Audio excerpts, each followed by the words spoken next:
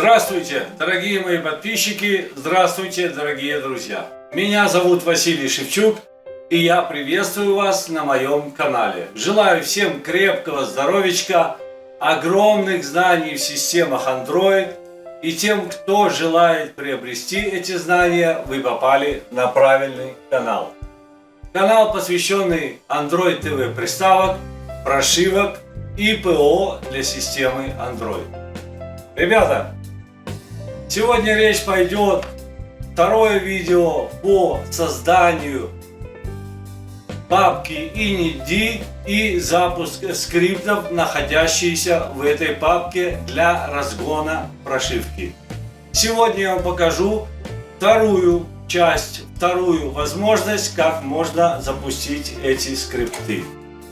И вот мне принесли тут такой бокс, уже старенький, но рабочий, M96X+, на процессоре Amlogic S912, это версия 2.16.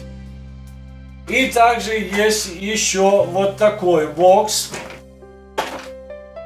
Как вы видите, сейчас подключен к телевизору M96X2+, тоже версия 2.16. Единственное, чем они различаются, это дисплей часики. Поэтому здесь M96X2. И давайте сейчас зайдем на главный лаунчер, и это стоковая прошивка. Почему я вам показываю стоковую прошивку? Как на стоковой прошивке сделать папку init и запустить скрипты. Как вы видите, давайте зайдем в Root Explorer. В этой прошивке уже присутствуют root права. И вот что мы здесь видим. Мы видим корневую папку. Именно корневая папка. И в этой папке у нас присутствует папка init. Также у нас есть файл, тестовый файл, который говорит о том, что наши скрипты init в папке сработали. Каждый раз, когда перезапускается система, нам записывается этот файл. Естественно, это все можно очистить, удалить. Это дальнейшее видео. И вообще я рассматриваю, наверное, будем делать серию видео. И это второе видео по созданию скриптов. Дальнейшие видео это будут о самих скриптах. Ребята, пишите в комментариях под видео, что интересует, ваши рекомендации. И, естественно, от набора количества предложений будем делать видео. Давайте сейчас приступим к созданию вот этой папки init, в которую можно вложить скрипты для разгона системы. В первую очередь мы зайдем в папку bin. Я уже сделал в Root Explorer специально темный режим, чтобы вам было видно. Зашли мы в папку System Bin. Почему в папку System Bin? Так как в этой папке лежат скрипты уже в стоковой прошивке, которые запускаются при запуске системы. Зайдя в эту папку, мы ищем скрипты, которые у нас имеются. И мы смотрим, вот у нас есть один скрипт ddr-test/.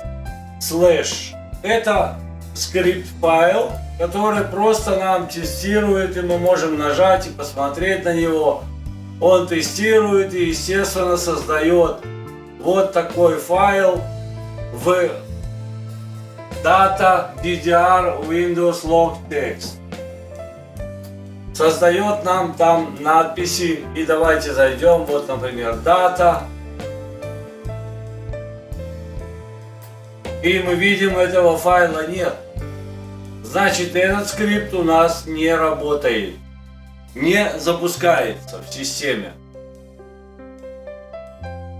Как мы видим, у нас такого текстового файла в дата папке нет. Идем далее. Далее просматриваем, что же у нас есть еще в папке bin. У нас есть файлы, модули, а нам нужно именно файлы слэш файлы, которые запускает система. И как вы видите, вот тут у меня уже есть и back файл, и слэш файл, который я сам немножко дописал, подстраивал. И сейчас мы откроем этот файл для просмотра. Чтобы открыть файл, нам надо нажать на него, или же мы можем нажать на этот файл 3 секунды, и у нас появляется сверху меню, и мы нажимаем на 3 точки и открываем его в текстовом редакторе.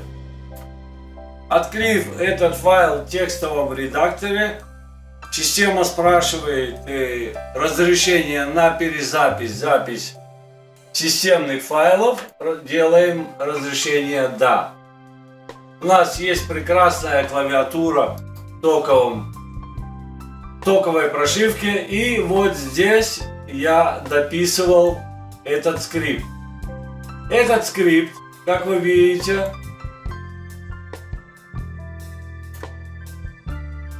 вот этот скрипт полный я выложу в описании. Под видео будет вот этот блок, который надо будет добавить в файл pre-install, то есть в самой токовой прошивке в системе. Как это делать, я вам сейчас показываю. И вот здесь у нас уже прописано создать папку. Папка будет в таком-то разрешении 777. И я вот здесь еще дописал, что для проверки нам создай вот такой файл. Symbol init. Вот он. Вот этот файл нам создай в самом data local папке. Вот этот блок нам нужен. Нам говорит о том, что в data media 0 init будет создана папка. И также нам обязательно нужен вот этот файл. Run part файл в systemx-bin. Давайте проверим надлежащее состояние этого файла. Заходим в папку xbin. Как нам говорит сам скрипт, то есть там, где я его прописал, я нашел этот файл в systemx-bin. И нам нужен файл. Давайте посмотрим. Вот он, run part. Вот этот файл. Это системный файл, который вкладывается в систему. Этот файл нам и создает папку init. Извиняюсь. Сейчас мы идем на сам вот сюда data файл в local data local. Нам нужна папка local, и смотрим. Вот здесь у нас создался, как вы видите, файл. И эти файлы уже по запуску installer и symbol. Давайте, допустим, зайдем на bin, и вот этот pre-install файл мы запустим. Не перезагружая систему, можно запустить этот файл. Если мы нажмем на этот файл, у нас выходит меню, которое нам говорит или выполнить этот скрипт, отмена или просмотреть. Мы нажимаем «Выполнить». И наш сам скрипт-файл выполняется. Выполняются также скрипты, которые я вложил в папку init. В папке init это уже ваш выбор, какие скрипты вы вложите. Есть скрипты по разгону графические, есть скрипты по разгону RAM памяти, создание темп папки в RAM памяти. Все это в дальнейших видео я постараюсь вам рассказать. И как мы видим, у нас здесь сейчас в самой папке init присутствовал файл по очистке системы. У нас очистились и кэш, и лог, и Tumblr, все папки, все файлы. И вот здесь у нас прописалась комплект init, то есть сама папка уже внедрена в систему. Чуть позже я вам покажу на втором боксе, как я это сделал на Frankenstein 2.8. Сейчас мы идем на SD-card, то есть в корневую папку, и можем открыть, посмотреть. Вот скрипты, которые я тут вложил. Это скрипты в дальнейшем я вам расскажу. И вот, например, давайте Impersive Bar. Вот, допустим, Impersive Bar, чтобы было у нас наглядно, как скрипт срабатывает. Мы нажимаем, и сейчас мы его отредактируем. Как мы видим, у меня здесь есть Remote Status Bar, Remote Navigation Bar, это нижний, Status Bar верхний, Remote Boot Full и Disable. То есть не отключать все, вернуть все назад. И вот здесь, допустим, я сейчас, мне не очень видно хорошо.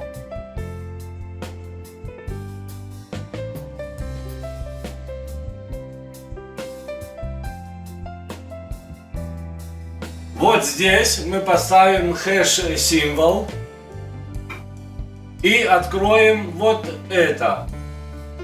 Убирание полностью двух статус бар, верхний и нижний навигацион бар.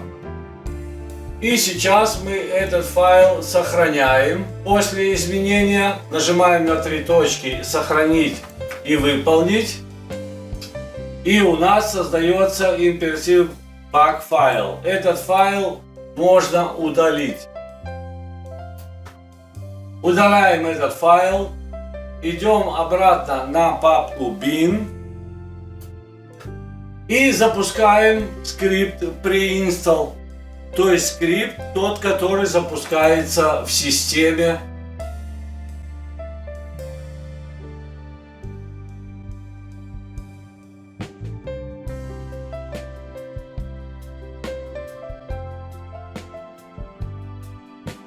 И как мы видим, у нас пропал нижний статус бар. То есть все, наша папка рабочая, скрипты прекрасно запускаются, все прекрасно работает. И у нас, естественно, выходит сообщение, что все прекрасно сработало. Сейчас давайте я запущу второй бокс. Это стоковая прошивка, и мы сейчас подключим второй бокс.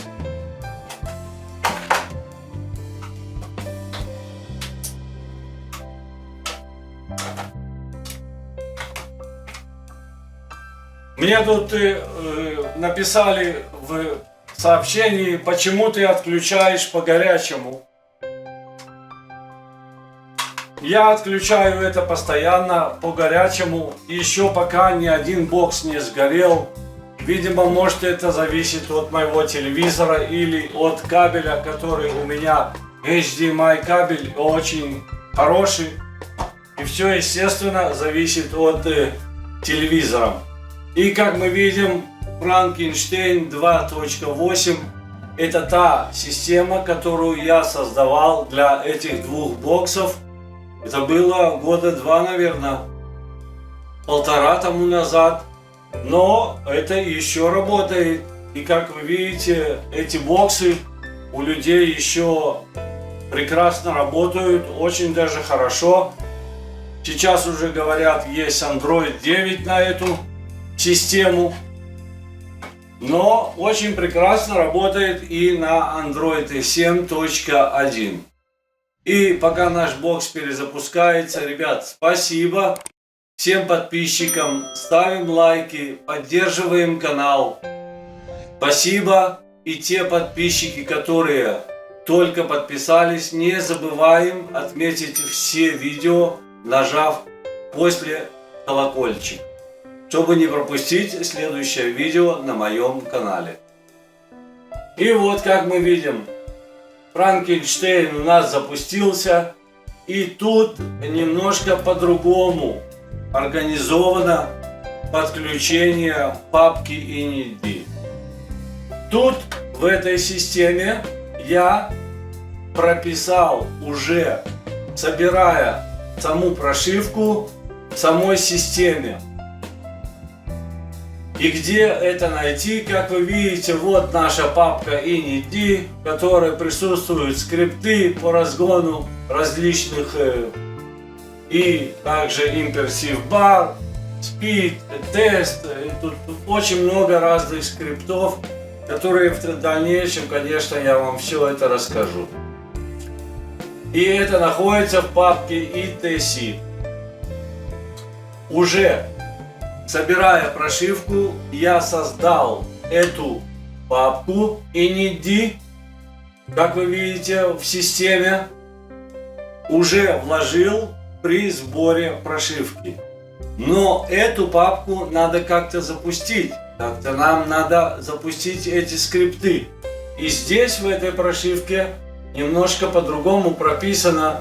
Если мы зайдем на root папку, и эта папка, которая видна только в файл браузере, то есть в файл менеджере, только с root правами, вы эту папку не найдете в других файл менеджерах. Заходим вот сюда на init.rr rc файл, который запускается самой системой при запуске системы. Этот файл берется с кернер ядра системы и записывается сюда. И если мы нажмем 3 секунды на этот файл, раскроем его в текстовом редакторе, он также спросит у нас root права, разрешение на перезапись. И вот здесь очень много разных параметров. Но самое главное, вот здесь внизу, как вы видите, у меня прописано, где и откуда запускать сами файлы.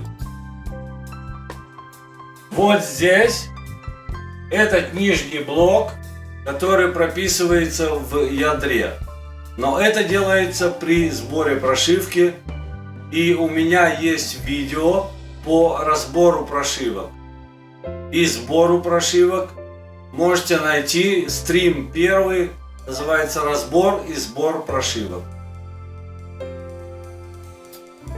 Вот такое видео, ребят, я вам хотел показать. То, что, пожалуйста, ребята, пользуйтесь на здоровье. Всем крепкого здоровичка, огромных знаний в системах Android. До свидания, до следующего видео. Ставим лайки, поддерживаем канал. Спасибо.